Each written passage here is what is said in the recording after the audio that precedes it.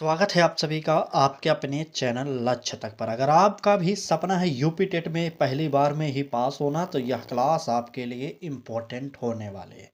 हिंदी व्याकरण के संपूर्ण टॉपिक की बात आज की इस क्लास में करेंगे हम। पहले एक प्रश्न एमसीक्यू, उसके बाद दो प्रश्न वन लाइनर, फिर अगला एमसीक्यू, फिर अगला दो वन लाइनर। ठीक है, तो इसी पैटर्न को फॉलो करते हुए आज हम 50 प्रश्नों की प्रैक्टिस सेट करेंगे, तो ध्यान से देखिएगा क्योंकि क्लास बहुत ही ज़्यादा इम्पोर्टेंट होने वाला है। ये रहा आज की क्लास का पहला प्रश्न। दुराचार शब्द में कौन सी संधि है? देखिए, आप यह मत कहिए कि रोज यही पढ़ते हैं, बिल्कुल नहीं पढ़ते। हमने आपको बताया कि हिंदी व्याकरण में आखिर पढ़ेंगे क्या आप? जब आपके सिलेबस में संधि, समास, प्रत्यय, उपसर्ग, अलंकार, छंदी, छंद जो है, ये सब टॉपिक दिए हैं, तो यही तो हमें डेली पढ़ना है ना। और यही डेली पढ़ के हम 60 प्रश्न डेली जो सॉल्व कर रहे हैं, 60 से 50 प्रश्न, उसी में से हम आपको 30 प्रश्न पेपर में दिखाएंगे कैसे आप सही करके आते हैं। ठीक है, तो चलिए डेली क्लास करिए क्योंकि हिंदी व्याकरण का सिलेबस आपका पता आपको चल गया होगा। यहाँ से क्लास देखिए आप। ठीक है, पूछा जा रहा है कि दुराचार शब्द में कौन सी संधि है? गुण संधि होगा, वृद्धि संधि होगा, व्यंजन संधि होगा या विसर्ग संधि होगा? अगर आपको इस प्रकार के शब्दों का अगर संधि नहीं पता तो तुरंत इस शब्द का संधि विच्छेद करेंगे, तुरंत उत्तर निकल जाएगा। ठीक है, तो यहाँ पर दुह धन आचार हो जाएगा इसका संधि विच्छेद, यानी कि यहाँ पर विसर्ग संधि होगा। डी वाला उत्तर सही कर लीजिए। और चलिए पहले प्रश्न का वन लाइनर देखते हैं क्या कह रहा है। ठीक है, चलिए कह रहे हैं कि नवनीत में कौन सा समास है? नवनीत शब्द दिया गया और आपसे पूछा जा रहा है कि समास कौन सा होगा, तो लिख लीजिएगा नवनीत में जो है बहुब्रीहि समास हो जाएगा। ठीक, अगला प्रश्न कह रहा है कि अत्यधिक में कौन सा उपसर्ग है? हमने आपको बताया कि शब्दों के पहले जो लगता है उसे उपसर्ग कहते हैं, तो यहाँ पर अति शब्द लगा है, इसका यही उत्तर सही हो जाएगा। ठीक, नेक्स्ट प्रश्न देखेंगे क्या कह रहा है। जो पढ़ता है वही सफल होता है, यह वाक्य कौन सा है? ए ऑप्शन कह रहा है कि मिश्र वाक्य, बी ऑप्शन संयुक्त वाक्य, सी ऑप्शन सरल वाक्य और डी ऑप्शन आज्ञार्थक। तो यहाँ पर आज्ञार्थक की कोई बात नहीं हो रही है। ठीक है, चलिए सरल वाक्य भी हम नहीं कहेंगे, इसे हम आपको बताएंगे मिश्र वाक्य नहीं तो संयुक्त वाक्य, दो में से एक ही कहेंगे। फटाक से कमेंट करिए उत्तर कौन सा होगा, देखते हैं हम। तो चलिए, बिल्कुल बिल्कुल, बिल्कुल, एकदम सही। अगर जो पढ़ता है वही सफल होता है, इस प्रकार के अगर आपको ऑप्शंस मिल जाते हैं तो आप लोग मिश्र वाक्य मारिएगा, संयुक्त वाक्य मत मारिएगा। ठीक है, ए ऑप्शन सही कर लीजिए, यहाँ पर मिश्र वाक्य ए ऑप्शन। ठीक, नोट कर लीजिए और आगे बढ़िए। अगला प्रश्न देखेंगे क्या कह रहा है। कहा जा रहा है कि नीलकंठ में कौन सा समास है? चलिए बताइए, नीलकंठ में समास कौन सा होगा? नीलकंठ में कर्मधारय होगा। ठीक, नीलकंठ में कर्मधारय होगा। अधिकार में कौन सा उपसर्ग है? यहाँ पर प्रत्यय पूछा जा, माफी चाहेंगे, प्रत्यय पूछा जा रहा है। अगर उपसर्ग पूछा जाए तो अधि हो जाएगा। ठीक है, और यहाँ पर इसका यही होगा अधिधनकार, ये जानते रहिएगा। ठीक, तो यहाँ पर नोट करिएगा कौन सा होगा यहाँ पर प्रत्यय, यहाँ पर कार प्रत्यय हो जाएगा। बिल्कुल, चलिए आगे आइए। अगला प्रश्न देखते हैं क्या कह रहा है। चलना फिरना किस प्रकार का समास है? कर्मधारय होगा, द्वंद्व होगा, बहुव्रीहि होगा या तत्पुरुष होगा? फटाक से कमेंट करिए और उत्तर बताइए कौन सा सही होगा। चलिए, चलना फिरना किस प्रकार का समास है? प्रश्न संख्या 3 का उत्तर। तो यहाँ पर नोट करिएगा, चलना फिरना जो शब्द है यहाँ पे द्वंद्व समास होगा। बी ऑप्शन हमने आपको पहले ही बता दिया कि द्वंद्व समास के कुछ ट्रिक होते हैं। अगर आपको कुछ भी ना समझ में आए तो बीच में जो योजक चिन्ह लगा है इसको देखिएगा। चलना फिरना, उठना बैठना, माता पिता, भाई बहन, इस प्रकार के अगर आपको शब्द मिले तो तुरंत द्वंद्व समास मारिएगा। ठीक, बिल्कुल, चलिए समझ गए हैं, तो आगे चलते हैं। अगले वन लाइनर की बात कर रहा है, तो कह रहा है कि अंधकारमय शब्द में कौन सा प्रत्यय है? अंधकारमय, तो यहाँ पर देखिए अंधकार शब्द में मय लास्ट में आया, तो यहाँ पर ये मय जो है प्रत्यय हो जाएगा। ठीक है, अगला प्रश्न कह रहा है कि सुपुत्र में कौन सा उपसर्ग है? यहाँ पर उपसर्ग की बात कर रहा है, तो यानी कि जो पहले आया है, यानी कि पुत्र में जो जुड़ा है, पुत्र में जो लगा है वो है सु। यही तो लगा है ना, तभी तो सुपुत्र बना। तो बिल्कुल यही हमारा हो जाएगा उत्तर। अगर क्लास अच्छी लग रही हो तो लाइक कर दीजिए, चैनल पर पहली बार आए हो तो सब्सक्राइब कर लीजिए और बेल आइकन को ऑन करिए। ठीक है? क्योंकि इस बार आपको यूपी टेट की फ्री क्लासेज हमारे द्वारा प्रोवाइड की जाएगी। अगला प्रश्न देखिए, कह रहा है कि राम के द्वारा कार्य हुआ वाक्य का वाच्य है। क्या वाच्य है? कर्तृवाच्य है, कर्मवाच्य है, भाववाच्य है या प्रेरणार्थक है? प्रश्न संख्या 4। चलिए बताइए। राम के द्वारा कार्य हुआ अगर ये कह रहा है तो कहीं न कहीं यहाँ पर हमारा क्या होगा? कर्मवाच्य हो जाएगा, यानी कि बी वाला उत्तर सही हो जाएगा। ठीक? वन लाइनर देखिए क्या कह रहा है? कृषक किस प्रकार की संज्ञा है? तो कृषक शब्द जो है किस प्रकार की संज्ञा है? यहाँ पर सारे कृषकों की बात हो जाएगी, यानी कि यहाँ पर हमारा जातिवाचक हो जाएगा। जातिवाचक संज्ञा। ठीक? अगला प्रश्न कह रहा है कि मातृभूमि में कौन सा समास है? तो नोट कर लीजिए, मातृभूमि में होगा तत्पुरुष समास। ये भी हमारा इम्पोर्टेंट हो जाएगा। कृषक जातिवाचक संज्ञा है और मातृभूमि में तत्पुरुष समास होता है। ठीक है? चलिए प्रश्न संख्या 5 देखिए और उत्तर फटाक से बताइएगा। क्या कह रहा है? उसने मुझे पुस्तक दी। इसमें जो मुझे है ये क्या है? कर्ता है, कर्म है, संप्रदान है या अपादान है? चलिए, उसने मुझे पुस्तक दी। अगर पूछा जाए इसमें जो शब्द दिए गए मुझे ये क्या है, तो आप लोग बताइएगा संप्रदान। ठीक है? बिल्कुल संप्रदान कारक हो जाएगा। यहाँ पर सी वाला उत्तर बिल्कुल सही होगा। ठीक? वन लाइनर देखिए कह रहा है कि दुर्बल में कौन सा उपसर्ग है? तो दुर्बल में दू होगा सिर्फ। ठीक है? दुर्बल में दू उपसर्ग हो जाएगा। बालकपन में प्रत्यय पूछा जा रहा है तो पन प्रत्यय हो जाएगा यहाँ पर, क्योंकि बालक में पन शब्द जुड़ने के कारण यह बालकपन बन गया। ठीक? अब यहाँ से एकदम समझ लीजिए कि उपसर्ग देखिए हमने शब्द के पहले शब्द को लिख दिया यहाँ पर। ठीक है? शब्द के पहले अक्षर को यहाँ पर उपसर्ग, और पन देखिए यहाँ पर प्रत्यय पूछा गया तो यहाँ पर लास्ट वाला हो जाएगा। तो यकीन मानिए, अगर आप भी हमारे साथ जुड़ रहे हैं तो इस बार यूपी टेट में पास होने से आपको कोई नहीं रोक सकता। ठीक? चलिए आगे आइए, अगला प्रश्न देखते हैं। कह रहा है कि अत्यल्प में कौन सी संधि है? गुण संधि है, वृद्धि संधि है, यण संधि है या व्यंजन संधि है? तो यहाँ पर अत्यल्प की बात कर रहा है। तो इसका संधि विच्छेद पहले कर लीजिए, उसके बाद फटाक से बताइए। अत्यल्प प्रश्न संख्या 6। बिल्कुल सही। यहाँ पर क्या हो जाएगा?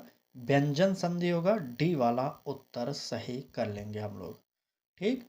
वन लाइनर देखिए कह रहा है कि राजपुत्र में कौन सा समास है? तो बताइए राजपुत्र में समास कौन सा होगा? फटाक से कमेंट करिए। राजपुत्र यानी कि राजा का पुत्र हो जाएगा, तो यानी यहाँ पर तत्पुरुष समास हो जाएगा।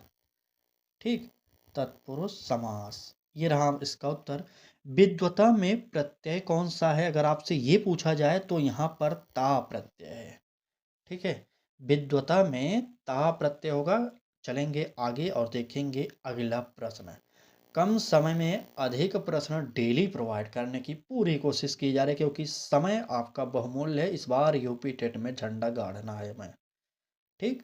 चलिए बिल्कुल देखिए प्रश्न, प्रश्न संख्या 7। चलिए देखिए, कह रहा है कि वह आया और चला गया। यह वाक्य है। क्या है? सरल है, संयुक्त है, मिश्र है या आज्ञार्थक? तो यहाँ पर आज्ञार्थक की बात नहीं हो रही है। बताइए ए बी सी उत्तर कौन सा सही होगा हमारा प्रश्न संख्या 7 का? चलिए, वह आया और चला गया प्रश्न संख्या 7। तो यहाँ पर संयुक्त वाक्य है ये हमारा। बी वाला उत्तर सही करिए। इस बार जो लोग मिश्र बता रहे हैं उनका गलत हो जाएगा। ये मिश्र वाक्य नहीं है। ठीक? बिल्कुल, ये है हमारा संयुक्त वाक्य। वन लाइनर देखिए, कह रहा है कि अनुशासन में उपसर्ग कौन सा है? तो अनु हो जाएगा। और पूछा जा रहा है अगले प्रश्न में गृहकार्य में समास, तब आप समास बताएंगे जल्दी से। चलिए जल्दी से बताएंगे समास कौन सा होगा गृह कार्य में? तो गृह कार्य में हो जाएगा कौन सा? घर के लिए कार्य हो गया ना, बिल्कुल तत्पुरुष। नोट करिए तत्पुरुष समास। ठीक है? बिल्कुल। अब तो आप काफ़ी लोग हमारे साथ बहुत दिनों से जुड़े होंगे, उनको तो पता चल गया होगा कि किस प्रकार से यूपी टेट को हल करना है अच्छे तरीके से प्रश्नों को। ठीक है? अब तो आप तो जब भी क्लासेस देख रहे होंगे हमारे साथ डेली, तो आपको लगता होगा कि प्रश्न रिपीट हो रहे हैं। प्रश्न रिपीट नहीं हो रहे हैं, पैटर्न आपको वही दिखाया जा रहा है ताकि आपके दिमाग में सेट हो जाए। प्रश्न रिपीट नहीं हो रहे हैं, इतना ध्यान रखिएगा। ठीक है? अब काफ़ी दिनों से आप लगातार प्रैक्टिस कर रहे हैं ना, धीरे-धीरे आदत हो जाएगी। आप देखते ही प्रश्नों को उत्तर मार देंगे सही। इसीलिए आज से ही हम आपको प्रैक्टिस सेट करा रहे हैं कि पढ़िए आज से ही। ठीक? प्रश्न देखिए कह रहा है कि पढ़ाया क्रिया का कौन-सा रूप है? पढ़ाया शब्द जो है क्रिया का कौन-सा रूप है? अकर्मक है, सकर्मक है, प्रेरणार्थक है या भाववाचक है? बताइए। पढ़ाया शब्द कौन-सा क्रिया का रूप है? प्रश्न संख्या 8। तो देखिए पढ़ाया में प्रेरणार्थक हो जाएगा, यहाँ पर हमारा सी वाला उत्तर सही हो जाएगा। ठीक? पुत्रवत में प्रत्यय कौन-सा है? अगर आपसे ये पूछा जाए पुत्रवत में प्रत्यय, तब जल्दी से बता दीजिए। तो बिल्कुल हमने आपको क्या बताया कि प्रत्यय शब्द के लास्ट में लगता है, यहाँ पर वत जो है ये प्रत्यय हो जाएगा। ठीक है? जलचर में कौन-सा समास है? अगर आपसे ये पूछा जाए तब आप क्या बताएँगे? चलिए, बिल्कुल, जलचर में तत्पुरुष समास हो जाएगा। नोट करिए तत्पुरुष समास। ठीक है? तत्पुरुष नोट कर लीजिएगा। आगे आइए देखते हैं अगला प्रश्न क्या कह रहा है। जिसने परिश्रम किया वही सफल हुआ। यह वाक्य है। क्या है? सरल है, संयुक्त है, मिश्र है, प्रश्नवाचक है? बताइए। जिसने परिश्रम किया वही सफल हुआ। प्रश्न संख्या 9 का उत्तर बताइए। चलिए, जिसने परिश्रम किया वही सफल हुआ। प्रश्न संख्या 9 का उत्तर फटाक से बताइए। तो यहाँ पर संयुक्त नहीं है, ये हमारा मिश्र होगा। सी वाला उत्तर सही कर लीजिए आप। ठीक है? चलें आगे। चलिए, वन लाइनर देखिए। हर प्रश्न में 2 वन लाइनर आपको प्रोवाइड किए जा रहे हैं। अगर आप आज की क्लास में 18 से 20 प्रश्न पढ़ लिए तो समझ लीजिए वन लाइनर भी लगभग 35 से 40 प्रश्न आप पढ़ लेंगे। कुल मिलाकर 55 से 60 प्रश्नों की चर्चा आज होगी यहाँ पर। ठीक है? तो ध्यान से पूरी क्लास को देखना है। अगर क्लास अच्छी लग जाए तो लाइक करके जाइएगा। ठीक? चलिए, प्रश्न देखते हैं। कह रहा कि अप्रसन्न में उपसर्ग कौन सा है? अभी मैंने बताया कि उपसर्ग शब्द के पहले लगता है, तो प्रसन्न में यानी कि अ उपसर्ग लगा है, इसको जान जाइए। फिर अगला प्रश्न देखिए, दूसरा वन लाइनर। रक्तिम में प्रत्यय कौन सा है? तो रक्तिम में कौन सा प्रत्यय होगा ये आप बताएंगे। चलिए, रक्तिम में प्रत्यय कौन सा होगा? इम हो जाएगा। ठीक, बिल्कुल, इम प्रत्यय हो जाएगा। आइए आगे बढ़ते हैं और देखते हैं हमारा अगला प्रश्न क्या कह रहा है। कहा जा रहा है कि निराश शब्द में उपसर्ग कौन सा है? नि है, निर है, निरा है, निह है? बताइए। निराश शब्द में उपसर्ग। चलिए, प्रश्न संख्या 10 का उत्तर फटाक से बताएंगे और देखेंगे कितने लोग सही बता रहे हैं। बिल्कुल, निर हो जाएगा यहाँ पर सही उत्तर। ठीक, बी वाला उत्तर सही करिए और आगे आइए। अगला प्रश्न देखिए। पूछा जा रहा है कि चतुर्भुज में समास कौन सा है? तो चतुर्भुज में कौन सा समास होगा? नोट करिए, यहाँ पर बहुब्रीहि हो जाएगा। ठीक, अगला प्रश्न कह रहा है कि पाठशाला में समास कौन सा है? तो पाठ के लिए शाला यानी कि तत्पुरुष हो जाएगा। एक मिनट, यहाँ पर हम क्या लिखने लगे? चलिए, तत्पुरुष नोट करिए, तत्पुरुष समास। ठीक है? चलिए, बात अगले प्रश्न की जाएगी। कह रहा है कि बहुत अधिक का शुद्धतम रूप है। बहुत अधिक शब्द दिए गए और पूछा जा रहा है इसका शुद्धतम रूप क्या है? बहुधा है, अत्यधिक है, अति है या अतिक्रम है? फटाक से प्रश्न संख्या 11 का उत्तर बता दीजिए कौन सा सही होगा। चलिए, बहुत अधिक का तत्सम रूप, शुद्ध तत्सम रूप यानी कि शुद्ध होता है जो उसे हम तत्सम भी कहते हैं। आप जानते होंगे तत्सम शब्दों को क्या कहते हैं? जो संस्कृत वाला शब्द होता है उसे हम तत्सम कहते हैं। ठीक है? यहाँ पर प्रश्न में पूछा गया था कि बहुत अधिक का शुद्ध तत्सम रूप क्या है? तब आप लोग नोट करिएगा, बहुत अधिक का शुद्ध रूप होगा अत्यधिक। ठीक है? अत्यधिक सही कर लीजिए। आइए वन लाइनर देखते हैं क्या कह रहा है। वन लाइनर में कहा जा रहा है कि स्वदेश में उपसर्ग कौन सा होगा? बताइए। बिल्कुल, उपसर्ग शब्द के पहले लगता है तो देश शब्द में स्व उपसर्ग लग जाएगा तो स्वदेश बन जाएगा। अगला प्रश्न देखिए, कह रहा है कि सज्जनता में प्रत्यय कौन सा है? तो सज्जनता में प्रत्यय कौन सा होगा? तो ता प्रत्यय होगा। सज्जन में ता जोड़ने से ये सज्जनता शब्द बन जाता है। ठीक, चलिए आइए आगे बढ़ते हैं, देखते हैं अगला प्रश्न क्या कह रहा है। बालक रो रहा है, इसमें क्रिया का काल है, कौन सा काल है? भूतकाल है, वर्तमान काल है, भविष्यत काल है या आज्ञार्थक है? फटाक से बताइए, बालक रो रहा है, इसमें क्रिया का कौन सा काल है? चलिए प्रश्न संख्या 12 का उत्तर बताइए। बिल्कुल बिल्कुल, वर्तमान में बालक रो रहा है तो इसलिए हमारा वर्तमान काल हो जाएगा। बी वाला उत्तर सही कर लीजिए आप लोग। ठीक, अगला प्रश्न देखिए, वन लाइनर क्या कह रहा है। कहा जा रहा है कि महापुरुष में समास कौन सा होगा? आपको बताना है, बताइए। चलिए, महापुरुष में समास और असत्य में उपसर्ग, दोनों का उत्तर बताइए। बिल्कुल बिल्कुल, देखिए महापुरुष में कौन सा समास होगा? कर्मधारय होगा। ठीक, कर्मधारय। असत्य में उपसर्ग पूछा जा रहा है तो आ उपसर्ग हो जाएगा, क्योंकि सत्य में आ उपसर्ग जोड़ने से ही असत्य शब्द बन जाता है। ठीक, दुख में कौन सी संधि है? आपको बताना है। विसर्ग संधि होगा, गुण संधि होगा, वृद्धि संधि होगा या यण संधि होगा? बताइए, फटाक से कमेंट करिए और उत्तर बताइए। चलिए, बिल्कुल, दुख में विसर्ग संधि होती है। यहाँ पर नोट कर लीजिएगा, दुख में जो है ये विसर्ग संधि होगा। ए वाला ऑप्शन बिल्कुल सही हो जाएगा। साहित्यिक में प्रत्यय कौन सा है? अगला प्रश्न। और नीरज में समास कौन सा है?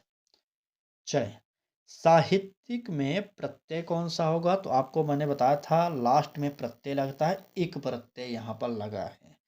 और नीरज में समास कौन सा, ये अगर आपसे पूछा जाए तो बताइएगा बहुब्रीहि समास है। ठीक, नीरज शब्द में बहुब्रीहि समास हो जाएगा। आगे नोट कर लीजिए और बढ़ जाइए तुरंत। चले, अगला प्रश्न देखिए, कह रहा है कि वह मुझसे बड़ा है। मुझसे जो शब्द है ये कौन सा कारक है? करण कारक होगा, संप्रदान होगा, अपादान होगा या अधिकरण होगा? फटाक से बताइए। प्रश्न संख्या 14। चलिए, वह मुझसे बड़ा है, प्रश्न संख्या 14। तो यहाँ पर मुझसे शब्द जो है ये हमारा अपादान हो जाएगा। सी वाला उत्तर निकाल लीजिए। ठीक, 14 प्रश्न था ना, नंबर 14 नंबर का सी ऑप्शन, अपादान या संप्रदान? चलिए बताइए। बिल्कुल, यहाँ पर अपादान कर लीजिए अपादान। ठीक है, अपादान सही है। अगला प्रश्न देखिए, कह रहा है कि क्या है? दिगंबर में समास पूछा जा रहा है, बताइए। अत्याचार में उपसर्ग पूछा जा रहा है, दोनों प्रश्नों का उत्तर बताइए फटाक से। दिगंबर में समास और अत्याचार में उपसर्ग, बताइए। चलिए, तो समास की बात दिगंबर में की जा रही है तो यहाँ पर बहुब्रीहि हो जाएगा। ठीक है, बहुब्रीहि नोट करिएगा। अत्याचार में जो होगा अति उपसर्ग हो जाएगा। उपसर्ग ही पूछा गया था ना, बिल्कुल अति उपसर्ग यहाँ पर हो जाएगा। अगला प्रश्न देखिए, कह रहा है कि पढ़कर शब्द में अव्यय है, कौन सा अव्यय है? संबंध बोधक है, समुच्चय बोधक है, क्रिया विशेषण है या कृदंत अव्यय है? चलिए फटाक से बता दीजिए कौन सा होगा। प्रश्न संख्या 15, उत्तर फटाक से बताइएगा कौन सा सही होगा। तो यहाँ पर नोट करिएगा, पढ़कर शब्द में अगर अव्यय की बात किया जाए तो ये है हमारा कृदंत अव्यय, यानी डी वाला ऑप्शन सही हो जाएगा। ठीक, दुरुपयोग में उपसर्ग कौन सा है? सौंदर्य में प्रत्यय कौन सा है? दोनों का उत्तर फटाक से बताइए। चलिए, दुरुपयोग में कौन सा उपसर्ग है? दुरुपसर्ग है। ठीक, और सौंदर्य में कौन सा प्रत्यय है? तो या प्रत्यय हो जाएगा। ये आप जानते रहिए और नोट कर लीजिए। आगे आइए, अगला प्रश्न देखेंगे। किसी ने दरवाजा खटखटाया, वाक्य का प्रकार है, कौन सा प्रकार होगा? निश्चयात्मक होगा, प्रश्नवाचक होगा, विस्मयादिबोधक होगा या आज्ञार्थक होगा? प्रश्न संख्या 16। चलिए, किसी ने दरवाजा खटखटाया, वाक्य का कौन सा प्रकार होगा? तो ये होगा निश्चयात्मक। ठीक, चलिए ये ऑप्शन सही कर लीजिए। आगे आइए, लोकहित में समास कौन सा होगा? तो यानी कि लोकहित का उत्तर बताइए फटाक से। तो तत्पुरुष। ठीक, तत्पुरुष समास। अगला प्रश्न कह रहा है कि अनुकरण में उपसर्ग, तो यहाँ पर उपसर्ग पहले लगता है तो अनु शब्द हो जाएगा इसका उपसर्ग। नोट करिए और अगला प्रश्न देखिए क्या कह रहा है। आज की क्लास का आखिरी एमसीक्यू। ठीक है, बताइए सर्वज्ञ में कौन सा समास है? द्वंद्व होगा, कर्मधारय होगा, बहुब्रीहि होगा, तत्पुरुष होगा। चलिए, सर्वज्ञ शब्द दिया गया और आपसे समास पूछा जा रहा है। बताइए 17वें का उत्तर क्या बता रहे हैं आप लोग? बिल्कुल, 17वें का उत्तर सर्वज्ञ का बी भी दे रहे हैं, कुछ लोग सी भी दे रहे हैं, तो नोट करिएगा यहाँ पर बहुव्रीहि समास होगा, यानी कि सी वाला उत्तर सही होगा। ठीक, आज के आखिरी दो ऑनलाइनर प्रश्नों को देख लीजिए। विद्यार्थी में प्रत्यय कौन सा है और निरुपाय में उपसर्ग कौन सा है? दोनों का उत्तर फटाक से 10 सेकंड का समय लीजिए और बताइए, हम आपके उत्तर का इंतजार कर रहे हैं। चलिए बताइए, आखिरी प्रश्न है तो बता दीजिए ना। विद्यार्थी में अगर प्रत्यय पूछा जाए तो ई प्रत्यय है। निरुपाय में अगर पूछा जाए कौन सा होगा? तो निर, ये हमारा उपसर्ग हो जाएगा। ठीक, बिल्कुल। तो ये रहा आज की क्लास। कैसी लगी आपको ज़रूर बताइएगा। क्लास अच्छी लगी हो तो लाइक कर दीजिएगा। चैनल को अभी तक आपने सब्सक्राइब नहीं किया तो कर लीजिए, क्योंकि इस बार यूपी टेट की फ्री प्रैक्टिस बैच आपको प्रोवाइड की जा रही है। और इस क्लास को शेयर ज़रूर कर दीजिए। उसके बाद आप डेली जुड़िए हमारे साथ। ठीक, तो चलिए क्लास को यहीं पर समाप्त करते हैं। कोई आपकी इच्छा हो पढ़ाई से संबंधित ज़रूर बताइएगा। किसी और सब्जेक्ट की प्रैक्टिस चाहते हैं उसको भी कमेंट बॉक्स में बताइए। और हाँ, इसको ज़रूर कमेंट करके बताइएगा कि इस बार आप पेपर 1 की पेपर देने वाले हैं या 2 की। ठीक है, लेकिन यह क्लास पेपर 1 और पेपर 2 दोनों के लिए हो रही है, चाहे सीडीपी हो चाहे हिंदी हो। ठीक है, चलिए बिल्कुल बिल्कुल। चलिए चलिए, ठीक, एकदम सही है। क्लास को यहीं पर समाप्त करते हैं। कल फिर मिलेंगे एक नए क्लास के साथ। तब तक पढ़ाई करिए आप लोग। ठीक है, धन्यवाद।